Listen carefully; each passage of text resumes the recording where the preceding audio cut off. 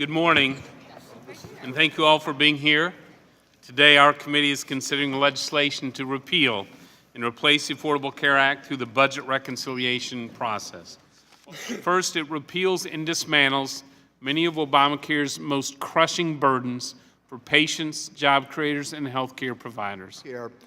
Our Republican friends would like to start today's debate providing a tax break to health insurers that provide excessive executive compensation.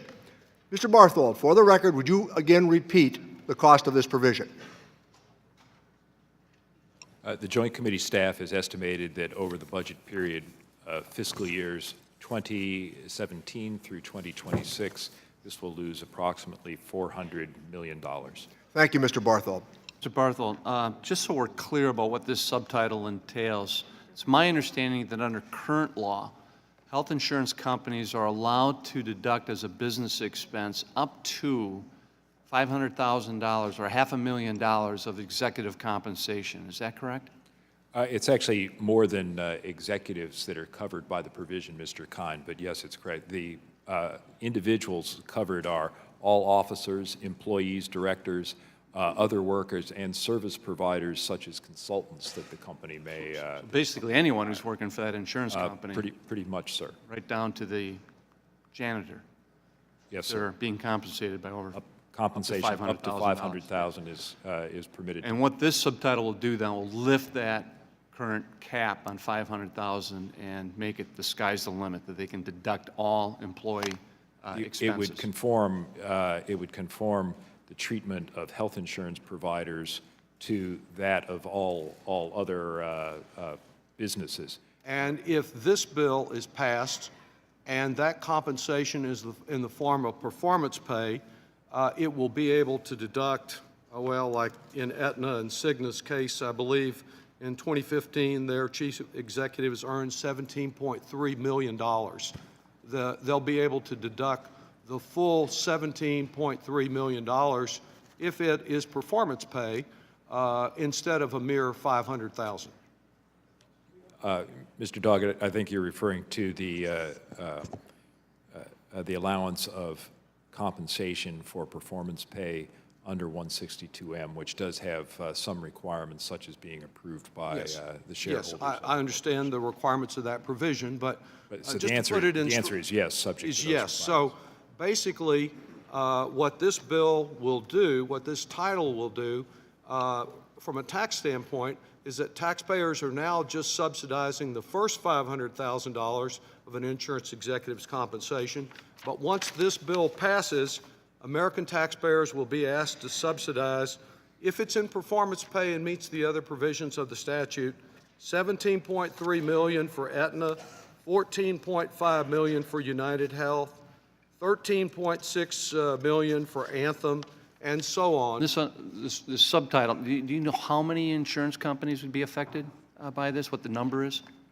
I do not off the top of my head. I can, I'll ask my colleagues to check and see if I can get that information. But we do know that it will bring a 10-year cost of $400 million. Is that correct? That's our current estimate, sir. Do you know the policy behind that? Why it was decided to put a $500,000 cap on insurance company compensation? We'd have to research some of the debate at the time of the Affordable Care Act. Yeah.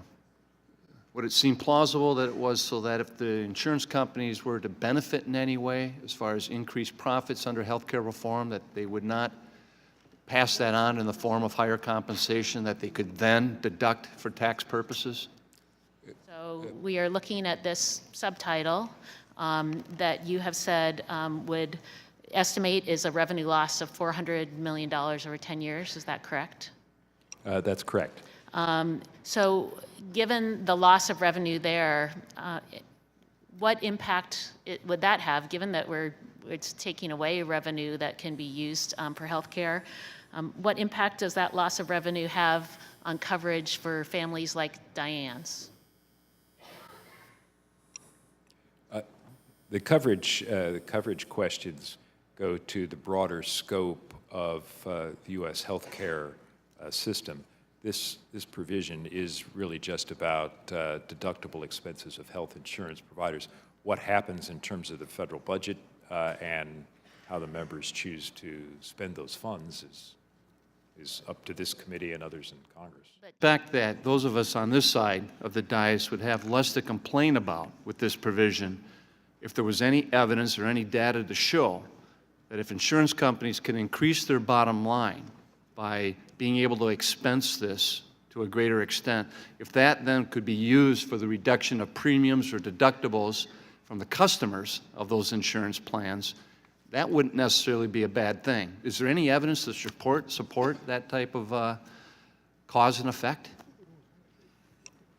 I'm not aware of any evidence between insurance company profitability and short-term effect on market prices. On premiums and deductibilities that customers would have to pay. Well, I also